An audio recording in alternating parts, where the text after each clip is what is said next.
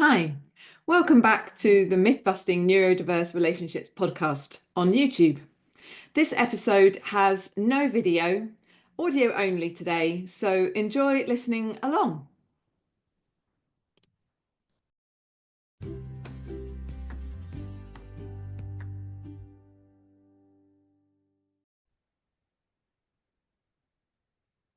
Hello, welcome to the Myth-Busting Neurodiverse Relationships podcast. I'm Natalie Roberts and I'm here with my co-host Heather Parks. We've both been in our neurodiverse relationships and families for more than 25 years. We met 10 years ago when we were feeling really desperate and trying to solve a lot of issues in our relationship and our families. We've been journeying since then. We've found many more positive and hopeful ways to solve, resolve, repair, reconnect in those relationships and in our families, in our lives. And we now co-host also Loving Difference online, giving hope and a way forward for neurodiverse relationships. In this podcast, though, we're busting the myths about neurodiverse relationships, which we had when we started this journey, that we've realized aren't true and that actually were preventing us from recovering and having the relationships with our partners and children that we wanted. So we want to dispel these myths and bring you hope that absolutely things can change. So whether you're out and about or comfy with a cuppa, let's dive into our next conversation. See you there.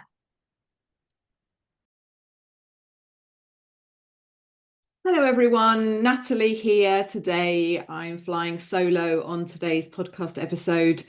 We thought we'd bring you a couple of episodes sharing some of the audio from videos that we've been sharing over the last few months in our online home. Our online home is called Loving Difference. You can find it online at www.lovingdifference.net. And yeah, I've shared a few videos there. Heather has too, and we thought we'd bring them along to the podcast. The first one is going to obviously be audio only, and we're sharing about something that certainly that I realized I was playing a game that was getting played in my neurodiverse relationship every day until I had better ways to understand, even see it, understand it, and have some different ways for it. Trigger dominoes. Trigger dominoes. Are you playing trigger dominoes in your neurodiverse relationship? Triggers, you may have heard that word, you may not have heard that word before, but they could be environments, situations, people, particular sensations or feelings or emotions inside of you. They could be actual or perceived sensations or feelings or emotions in someone else. Triggers could also be the potential there is for a sensation or a feeling or an emotion in you or in someone else. So triggers can be all kinds of things. But what they all have in common is that they create an automatic and an unconscious reaction that you don't feel in control of. And that often will lead you to act out of alignment with who you actually want to be. So if you are listening to the podcast, it's highly likely that you're experiencing trigger dominoes of some kind in your neurodiverse relationship, usually a catalogue of triggers on a daily basis for many years that's resulting in unhappiness, disconnection, and exhaustion. Here's the thing that we didn't know, which, thank goodness we found out, but we want many more people to know, particularly if you are trying to figure out and work on the challenges and the issues in your neurodiverse relationship without the support or input or involvement of your partner. It takes two people to play and make the repeating patterns in a relationship, any relationship, including the pattern of playing trigger dominoes. It takes two to play that game. It only needs one to interrupt and stop that game. So here's a quote for you as well. If you always do what you've always done, you'll always get what you've always got. You may have heard that quote before. It's often been attributed to Einstein. Well, it's a quote that woke me up, totally woke me up when I first read it in end of 2015. I remember reading it. And it was the impetus that I needed to find a path that neither traditional relationship advice or neurodiversity education had given me. So we're here at this podcast to call time on the daily playing of trigger dominoes, but without neglecting the issues that you're trying to sort out. Okay, there really is another way. That another way is possible. There is hope and there's a way forward. So carry on listening. You're going to hear the audio from a video that I shared all about trigger dominoes inside of Loving Difference. I hope it supports you. I hope it meets you where you are. And yeah, just keep listening on the other side of that for some information about how to come and find us if you need more help and more support. You are not alone. There is hope and a way forward. And yeah, we'll see you again soon. Enjoy this episode. Hi, Loving Difference friends. Coach Natalie here. I'm out and about in the woods again. It's blooming with bluebells. It's absolutely stunning. Heather and I were on a podcast this week. We were recording a podcast. We were guesting on a podcast, and something came up. We happened to mention Trigger Dominoes on this podcast. And as I was walking the other day, I was thinking about Trigger Dominoes. And thought I would just hop on a video and share a little about what we mean by that, and how it might be featuring in your neurodiverse relationship. Uh, what we realised, what we managed to do about that, just to give you a bit of a flavour of some things. So I think, well, triggers, it's a word, some people will know it. If you've done some therapy or if you've been in any kind of counselling or coaching in the past, you may be aware of triggers. They're typically environments or situations, people, perhaps sensations or feelings or emotions that you have. They could be actual or perceived sensations or feelings in someone else. They could even be the potential for sensations, feelings, or emotions in someone else, in you or someone else, just the anticipation of them. So all of these things could be triggers, and we could have many of them. All of these things, they can then create an automatic and unconscious reaction that we don't feel in control of, that lead us to act, I would say, out of alignment with who we want to be. And if I look back over my neurodiverse relationship, which I've been in for 25 years now, and only known about neurodiversity for 10 of those, I think trigger dominoes and triggers became an almost constant feature of our day-to-day life.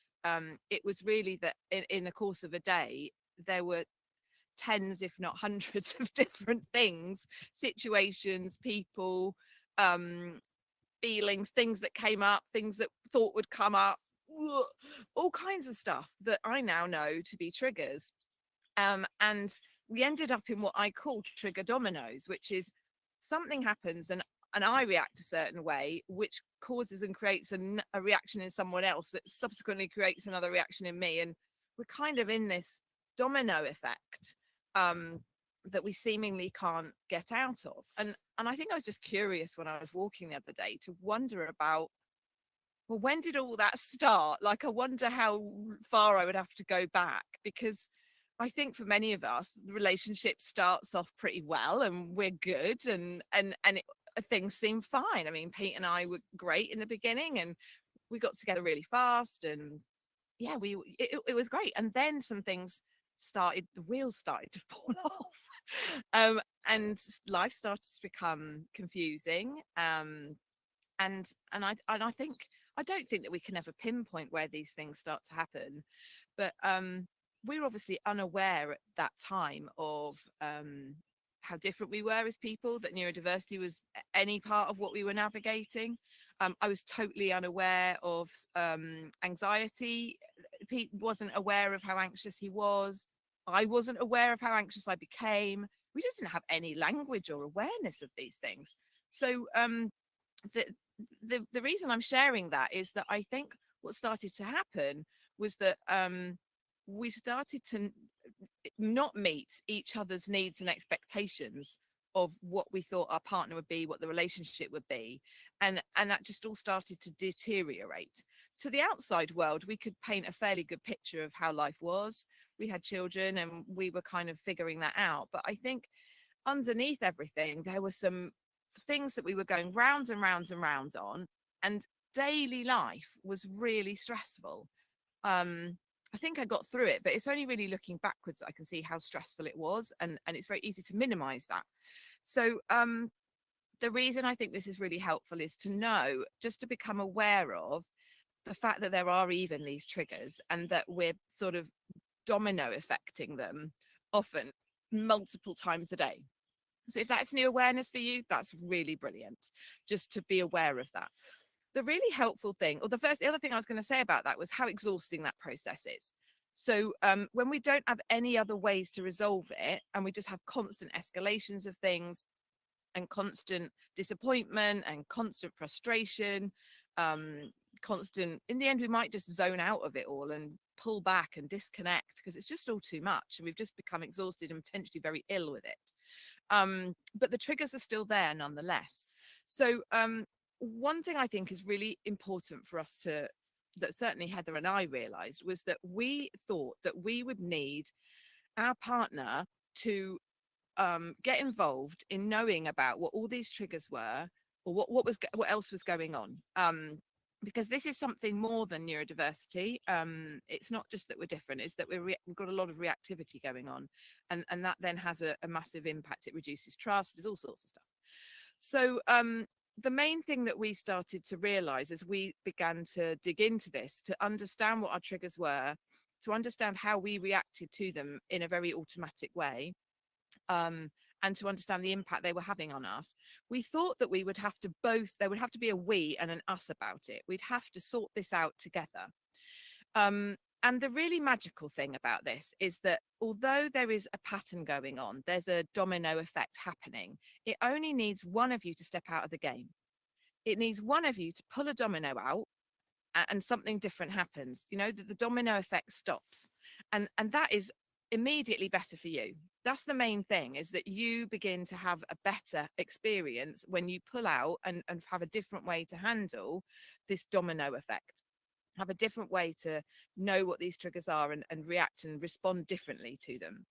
So yeah, I think that was the main thing I wanted to say today. I just wanted to share something that we've been talking about in this podcast. It's not going to be out until the autumn, till the fall, and I think it's something that we support our members with inside the coaching program that we host here, to identify these triggers and then to learn a different way to handle them. And ultimately, I remember reading this quote. It's often attributed to Einstein. If you always do what you've always done, you'll always get what you always got. And often we just don't have any other ways. And we're so tired of trying to find new ways. We've thought neurodiversity would give us some answers to all of this, that we would have a different experience because we know about it.